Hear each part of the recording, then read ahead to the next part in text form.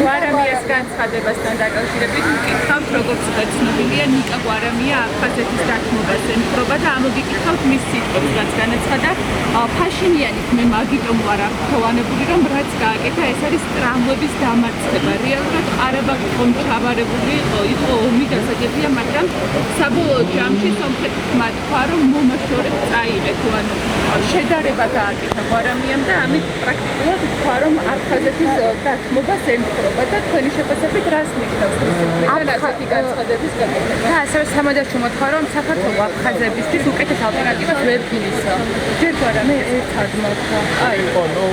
აშკარად იკვეთება ის, რომ ამ უსამშობლო აგენტურას, რომელიც გარე ძალებიდან იმართება, ახალი დავალება აქვს მიღებული, ახალ მესიჯს აღწერებენ, მოვისმინეთ გუშინეს ერთობლივი განცხადებები, მესიჯები, გვარამია, სამადაშვილი საუბრობენ ტრამვულ მეხსიერებაზე, გამოწვევებზე, რომ ამ ყველაფერს ჩვენ თვალი უნდა გაუსწოროთ და ღიად ვისაუბროთ. ესე იგი, მოვისმინეთ მოღალატეობრივი და ანტიქართული განცხადებები იმასთან დაკავშირებით, რომ აღნიშნული გამოწვევა და პრობლემა, რომელიც თითოეული ყველა ქართველისთვის აბსოლუტურად არის ერთ-ერთი ყველაზე მთავარი პრიორიტეტი ჩვენი ქვეყნის ტერიტორიული მთლიანობა. და მოვისმინეთ განცხადებები, რომ ესე იგი ამ პრობლემის და გამოწვევის დაძლევა შეუძლებელია და კიდევ უფრო მტრული და მოღალატეობრივი იყო ნარატივი, როდესაც საუბრობდნენ იმაზე, რომ აფხაზებისთვის საქართველო კიდევ უფრო საშიშია, ვიდრე ეს რუსეთი და კიდევ უფრო დიდი პრობლემაა. არის ახლა საზოგადოება კიდევ უფრო კარგად შეაფასებს ამ ზავნილებს, საერთოდ ფაშინიანით აღფრთოვანება ჩვენს პრობლემასთან დაკავშირებით და მაგალითის მოყვანა ეს კიდევ უფრო მძიმეა და საუბარი ეხებოდა იმას, რომ ფაშინიანმა კონფლიქტი მოაგვარა და საუბრობდნენ იმაზე, თვითონ გვარამია საუბრობდა, რომ ყარაბაღი ჩააბარა. წარმოვიდგინე, როგორ არ უნდა გიყვარდეს შენი ქვეყანა, როდესაც ამ ტიპის შედარებებს აკეთებ, ხო? ორი აბსოლუტურად განსხვავებული თემა და რატომ უნდა შემოიტანო ფაშინიანის кейსი, ფაშინიანის აღფრთოვანება იმ პრობლემასთან დაკავშირებით, რომელიც თითოეული ქართველისთვის არის ძვირფასი და ეს არის ძალიან მნიშვნელოვანი ჩვენი ქვეყნის ტერიტორიული მთლიანობა, ძალიან ბევრჯერ ვისაუბრე ამასთან დაკავშირებით. თუმცა, აგენტის ბედი ასეთია, დავალება არის სამოსული და ნელ-ნელა ცდილობენ, რომ საზოგადოებას შეაპარონ აღნიშნული მესიჯი, რომ ჩვენც უნდა დავთმოთ აღნიშნული ტერიტორიები. ეს არის ძალიან მძიმე, ეს არის მოღალატეობრივი, მტრული განცხადებები და მცდელობა იმისა, რომ ისტორია დაამახინჯა. მცდელობა იმისა, რომ საზოგადოებას კიდევ ერთხელ არასწორად წარმოუჩინონ რეალობა გამოწვევები, რაც არსებობს ჩვენი პოლიტიკით და გადადგმული ნაბიჯებით.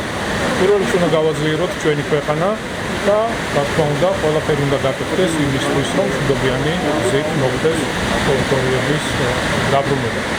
ერთი რამ მინდა გითხრათ, ეს ყველამ კარგად უნდა გაიგოს, როგორც გარეთ არსებულმა ძალებმა, ასევე ქვეყნის შიგნით არსებულმა აგენტურამ, უსამშობლო ადამიანებმა, რომ ის ტკივილი, ის ტრაგედიები, რაც 90-იან წლებში ჩვენ მივიღეთ, ეს არის ის, რაც აერთიანებს ქართველ ერთს. ეს ტკივილი, რომელიც ჩვენ მივიღეთ, ეს ნებისმიერი ქართველი რო გააჩეროთ და კითხოთ, ხო, მისი მთავარი ღირებულება ყველა გეტყვის ტერიტორიული მთლიანობა, იმ გამოწვევის დაძლევა, იმ პრობლემის დაძლევა, რაც ჩვენ ტერიტორიული მთლიანობასთან არის დაკავშირებული და ვერც ერთი გარე ძალა, ვერც შიდა აგენტურა, ეს უსამშობლო ადამიანები ვერ ეღირსებიან იმას, რომ ქართველმა კაცმა, ქართველმა ადამიანმა ვარიქვას მის მთავარ ღირებულებას. აფხაზეთში საწვავის შეტანასაც მოყვა გარკვეული განცხადებები ოპოზიციის მხრიდან, ისინი ამბობენ, რომ შესაძლებელია რუსული ბაზები მარაგდებოდეს ამ საწვავით. რეალურად მიზანი რა არის ამ? ყველა გადადგმული ნაბიჯი რაც იქნება ჩვენი მხრიდან და დაკავშირებულია ზოგადად მომავალთან ყოველთვის ტრული მესიჯებით, არასახელმწიფოებრივი მესიჯებს ვისმენთ მათი მხრიდან. ჯერ კიდევ გაიხსენეთ საარჩევნო კამპანიის დროს. უბრალოდ განცხადების დონეზე იქნა გაკეთებული მიმართვა და მაშინ რა განცხადებები მოყვა. ეს ადამიანები, თავიანთი ქმედებები, ყველაფერს გააკეთებენ და შეეცდებიან, რა თქმა უნდა, რომ ხელი შეუშალოს საქართველოს ტერიტორიული მთლიანობის აღდგენას. ყველაფერს გააკეთებენ, კიდევ ერთხელ ვიმეორებ, იმიტომ არიან სამშობლო ადამიანები, მათ სამშობლო არ გააჩნიათ. საქართველო მათთვის არის უბრალოდ ტერიტორია. არა აქვს განცდა, რომ საქართველო მათთვის არის სამშობლო. იმართებიან გარედან, წარმოადგენენ აგენტურას შესაბამისად, რასაც ავალებენ, რასაც ეუბნებიან და რასაც მოთხოვენ, იმას აკეთებენ. ჩვენ გადავდგავთ ყოველთვის ისეთ ნაბიჯებს, რაც მნიშვნელოვანია ჩვენი ქვეყნისთვის და თუნდაც ტერიტორიული მთლიანობის აღდგენისთვის. ბატონო, კიდევ გიორგი ბარამიძის განცხადებაზე გკითხავ, არის თუ არა ეს თემას? გავაგრძელებ აფხაზეთის საძვალოს თემას. რალიდან, სოხუმიდან, ადგილობრივების განცხადებებს უნდა ყოფილიყო, რომ ისევ რეგიონია საძვალოსად და როგორც შევიდა ენგურიდან საძვალო, ისე გავიდა უსოვლიდან.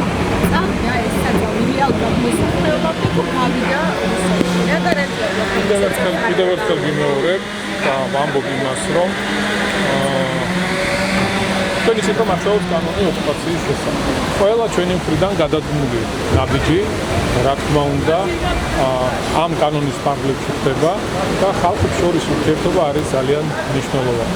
ჩვენ ყველაფერს გავაკეთებთ იმისთვის, რომ აღდგეს ქვეყნის ტერიტორიული მთლიანობა და მოვახერხოთ აფხაზებთან თანაცხოვრება. ეს არის ძალიან მნიშვნელოვანი და პრინციპული. სხვა რაც შეეხება სამედიცინო დახმარება იქნება ეს, საწვავის ხელშეწყობა იქნება, ან სხვა მნიშვნელოვანი საკითხებით, ყოველთვის გადავდგავთ ისეთ ნაბიჯს, რომელიც მნიშვნელოვანი იქნება ჩვენი ბარამიძის განცხადებაზე გკითხავთ კიდევ ერთხელ, ემსახურებოდა თუ არა ეს იმას, რომ აფხაზეთთან სამშობლო პოლიტიკის ხელშეშლა ჰქონდა ბარამიძეს მისდან?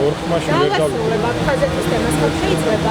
უნდა გითხოთ კომპანიასაც, რომელმაც გაიტანა აფხაზეთში ასობით ტონა საწვავი. თქვენი გუნდიდან საკრებულოში ლევან არველაძის ძმა არის. ეს კომპანია შემთხვევით გაჩნდა ამ საკითხში. მე არ ვიცი, არა მაქვს ინფორმაცია კონკრეტულ ინფორმაციასთან, კომპანიასთან დაკავშირებით, კონკრეტულ კომპანიასთან დაკავშირებით არა მაქვს ინფორმაცია. კიდევ ერთხელ ვიმეორებ, ყველა ნაბიჯი, ყველა გადაწყვეტილება, რაც დაკავშირებული აღნიშნულ საკითხთან, ხდება იმ კანონპროექტის ფარგლებში, რომელიც არსებობს. ბარამიძის განცხადება რომ შევაფასოთ კიდევ ერთხელ, ემსახურებოდა თუ არა ეს იმას, რომ სამშვიდობო პოლიტიკა აფხაზეთთან ამ პროცესში შეეშალა ხელი გიორგი ბარამიძის და აფხაზურ ქართულ ნდობის ურთიერთობის აღდგენის პროცესში შეეშალა ხელი ესეც. ნუ გონიათ, რომ აღნიშნული განცხადება შემთხვევითი იყო. ეს რა თქმა უნდა ამ მთლიანი კონტექსტის ნაწილია, რასაც ჩვენ ბოლო დღეების განმავლობაში ვისმენთ. ეხლა რა სამადაშვილი ან გვარამია თავისით გამოვიდა და თავისით გააკეთეს ეს მტრული და ანტისახელმწიფოებრივი განცხადებები. თქვენ როგორ ფიქრობთ? ესეთი სულელებიც არ არიან. რა თქმა უნდა, ბარამიძის განცხადება, ეს განცხადებები რაც მოვისმინოთ, ხო? არის იმ გზავნილების ნაწილი, რაც აქვს გარე ძალებს. და ვიცით, ხო, მათთვის ეს ქვეყანა არის მნიშვნელოვანი, თორსა რომ გამოიყენონ თავიანთი ინტერესების გასატარებლად. არავინ არ ფიქრობს აქ ქართულზე, აქ მცხოვრებ ადამიანებზე, არავინ. მათ მხოლოდ და მხოლოდ ჩვენი ქვეყანა ესაჭიროებათ იმისთვის, რომ ჩვენი ქვეყნით გაატარონ სხვადასხვა ინტერესები და გამოიყენონ თავიანთი ინტერესებისთვის.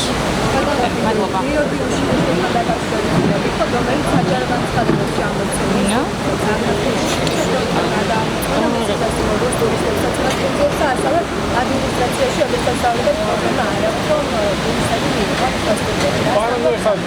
ჩვეულებრივი ფარისევლები არიან ყველა, ვინც ვითომ რაღაცა ანტირუსული განცხადებები შემოიფარგლებიან. გაიხსენეთ 2008 წლის ომის შემდგომი პერიოდი. ხო, რა უნდა იყოს ახლა იმაზე მძიმე, რომ ესე იგი ქვეყანამ გავკარგეს ტერიტორიები აგვინადგურეს ინფრასტრუქტურა, დაგვეგუპა როგორც მშვიდობიანი, ასევე ჩვენი გმირი ჯარისკაცები უმძიმეს შედეგი მივიღეთ, ხო?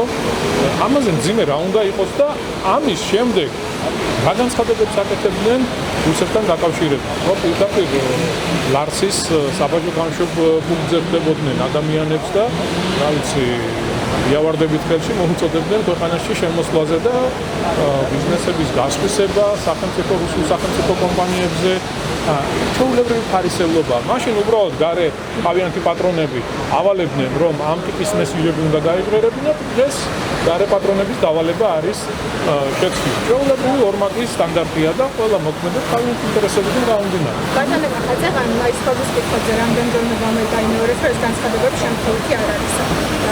როცა გესაუბრებით, რომ კომპანია, რომელიც გააქვთ აფხაზეთში საწოლი არის თქვენი გუნდის წევრის ძმა, შემთხვევით აღმოჩნდა ის ამ საქმეში, მაინც და მაინც ამ ადამიანის კომპანიამ გადაწყვიტა, რომ აფხაზეთს დაეხმაროს თავისი ნებითის ასე ამტკიცებდა მთავრობამ არაფერი უწევს. რა გითხრათ, აბა ქვეყანაში ბიზნესი თავისუფალია, იცით თქვენ უკვე 2012 წლამდე რაც ხდებოდა, უკვე წარსულს ჩაბარდა ის ბიზნესის ტერორი, შეტევა, წართმევა, დაუბედურება ოჯახების ადამიანების. დღეს ბიზნესი ქვეყანაში არის აბსოლუტურად თავისუფალი. შესაბამისად, მათი გადაწყვეტილებები, მედებები, გადადგმული ნაბიჯები თავარია ჭდებოდეს კანონის ფარგლებში და აბსოლუტურად ყველა თავისუფალია. გამხდება ეს ამბავი, რომ ლევან არველაძის ძმა აფხაზეთში საწოლის გამტანი? ასევე უნდა გითხრათ არჩევნებზე საკონსტიტუციო სასამართლოში შევიდა საარჩელი ემიგრანტებისთვის ხმის დაბრუნების მოთხოვნით. თქვენი ემიგრანტებისთვის ხმის დაბრუნების მოთხოვნით. თქვენი გუნდი მზად არის თუ არა, რომ განიხილოს საზღვარგარეთ საარჩევნო უბნების გახსნა და ემიგრანტებისთვის ამ შესაძლებლობის დაბრუნება, რომ მათ გამოიყენონ საკუთარი ხმის უფლება. ჩვენი ყველა გადადგმული ნაბიჯი კიდევ ერთხელ ვიმეორებ, ყველა გადადგმული ნაბიჯი და ის პოლიტიკა, რომელსაც ახორციელებს ქართული ოცნება დემოკრატიული საქართველო. იმ გამოწვევების ფონზე, რაც დაკავშირებულია ჩვენს ქვეყანასთან. იმ გამოწვევების ფონზე, რაც გვაქვს სოფლიოში, რეგიონში, რა ინტერესებიც, მტრული ინტერესებიც იკვეთება ქვეყანასთან მიმართებით, როგორც ქვეყნის შიგნით, ასევე ქვეყნის გარედან, ყოველთვის ვიმოქმედებთ და გადავდგავთ ისეთ ნაბიჯებს, სადაც ათვალისწინებული იქნება პირველ რიგში ჩვენი სამშობლოს, ჩვენი საქართველოს ინტერესები და ჩვენი ხალხის ინტერესები. მაგრამ ეს გაკეთებული. მზად ხართ თუ არა, რომ გახსნათ საზღვარგარეთ უბნები და განიხილოთ ეს საკითხი და საბოლოო გვარი გაქვთ ამას. ამასთან დაკავშირებით გადაწყვეტილება ხო იქნება. ანუ არ განიხილავთ, რომ ემიგრანტებს დაუბრუნოთ. რა თქმა უნდა, არ განვიხილავთ. ამასთან დაკავშირებით გადაწყვეტილება ხო იქნება მიღებული. ხო იქნა ახსნილი, რატომ იყო ეს გადაწყვეტილება მიღებული და რატომ არის მნიშვნელოვანი. შესაბამისად, ის მედებები, ის ნარატივი, რაც გარე პატრონების დავალებით მოდის და აჟღერებს ეს შიდა აგენტურა, ყველაფერი ცხადი და ნათელი. ეს საზოგადოებას ძალიან მარტივად აბსოლუტურად ყველაფერზე რაზეც საუბრობდით, შეუძლია გააკეთოს სწორი ანალიზი და დასკვნები. მიიღოს და ნახავს, რომ ეს ყველაფერი ერთ-ერთ შეემთხვევა იმას, რასაც ჩვენ ამდენი ხნის განმავლობაში ვსაუბრობთ. კარგი, მადლობა. ფრანგული წერს, რომ უწყოდი პროტესტი, ეს საქართველოს ყველაზე ხანგრძლივი პროტესტი და თქვენი გუნდის მმართველობას აფასებენ დიქტატორს. საერთაშორისო მედია ასე ხედავს პროტესტს ქვეყანაში. თქვენ კი მუდმივად აკნინებთ პროტესტს, რომელიც გრძელდება, მაგრამ ფაქტია, რომ საერთაშორისო მედია მოიხსენიებს ასე და ბიზინა ივანიშვილის მმართველობას მოიხსენიებს ასევე დიქტატორს. რა არის თქვენი პასუხი? ჩვენი პასუხი არის ძალიან მარტივი. ქვეყანაში გვაქვს მშვიდობა, ქვეყანა ეკონომიკურად წინ მიდის, ვითარდება. ეს არის პრინციპულად მნიშვნელოვანი და ძალიან მაგარი.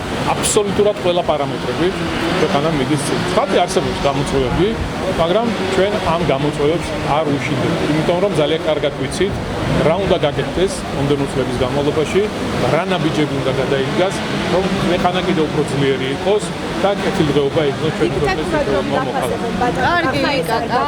ვინაფასებს.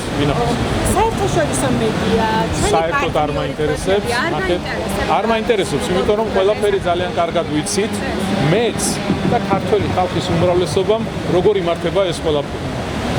შესაბამისად არ გვაწევს. ჩვენთვის ყველაზე მთავარი არის, რომ ქვეყანაში გქონდეს შენარჩუნებული სიმშვიდე და დავაგრძელოთ ქვეყნის ეკონომიკური განვითარება და წინსვლა. პროტესტს რა ამდენი ადამიანი 10 წელი დაიჭირა. მადლობა.